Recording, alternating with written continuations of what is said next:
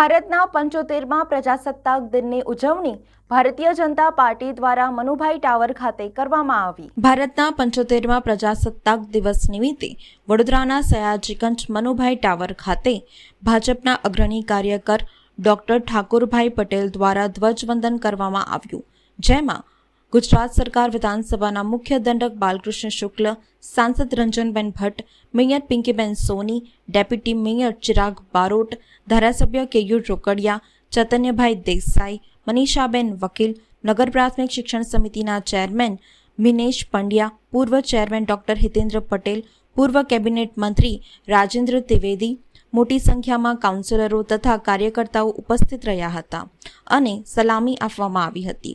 સાથે બલૂન આકાશમાં છોડવામાં આવ્યા હતા। આઝાદીના 75મા ગણતંત્ર પર્વની હું સૌને હાર્દિક શુભકામના આપું છું। વડોદરા શહેર હોય, જિલ્લો હોય કે પછી મારા વડોદરા ભારતીય જનતા પાર્ટીના કાર્યકર્તાઓ હોય, જિલ્લાના કાર્યકર્તાઓ હોય, તમામને ગણતંત્ર પર્વની હું ખૂબ ખૂબ શુભકામના પાઠવું છું। મિત્રો, આપણા વડાપ્રધાન આદરણીય નરેન્દ્રભાઈ મોદીજીએ વિકસિત ભારત 2047 સુધીમાં બનાવવું છે અને આ સંકલ્પ કર્યો છે।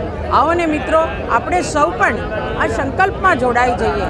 આપણને સૌને એવું હતું કે રામલલ્લા અયોધ્યામાં નિજ મંદિરમાં વિરાજમાન થાય અને આપણી સૌની ઈચ્છા 500 વર્ષના સંઘર્ષ પછી એ પૂર્ણ કરવામાં આવી।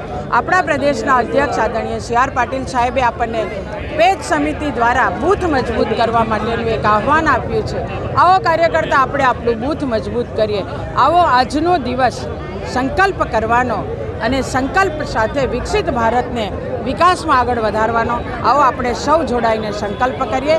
75મા ગણતંત્ર પર્વની સૌને શુભકામના પાઠવું છું। જય જય શ્રી રામ। આજે વિશ્વના સૌથી યુવાન અને સૌથી વિશાળ એવા પ્રજાસત્તાક ભારત દેશના 75મા પ્રજાસત્તાક દિનની જ્યારે ઉજવણી આખા દેશમાં હર્ષોલ્લાસથી થઈ રહી છે, ત્યારે સૌપ્રથમ તો આપના માધ્યમથી તમામ ગુજરાતીઓને, તમામ વડોદરાવાસીઓને 75મા પ્રજાસત્તાક પર્વની ખૂબ ખૂબ શુભકામના। આજે જ્યારે ભારત દેશમાં એનું જે સપનું હતું, 550 વર્ષનો જે સંઘર્ષ હતો તે પૂર્ણ થયો છે। ભગવાન રામલલા જ્યારે પોતાના નિજધામમાં બિરાજ્યા છે અને દેશમાં જે ક્રાંતિકારી પગલાઓ લેવા છે તેના કારણે દેશ આર્થિક મહાસત્તા બની રહી છે, ત્યારે આપણે બધા જ આ પ્રજાસત્તાક ભારતને વિશ્વની સૌથી વધારે મોટી, સૌથી સમૃદ્ધ આર્થિક મહાસત્તા કેવી રીતે બનાવીએ અને દેશને વધારે સમૃદ્ધ કેવી રીતે બનાવે તેના માટે આપણે બધા પ્રયત્નશીલ કરીએ। ફરીથી આપના માધ્યમથી તમામ વડોદરાવાસીઓને ખૂબ ખૂબ શુભકામના।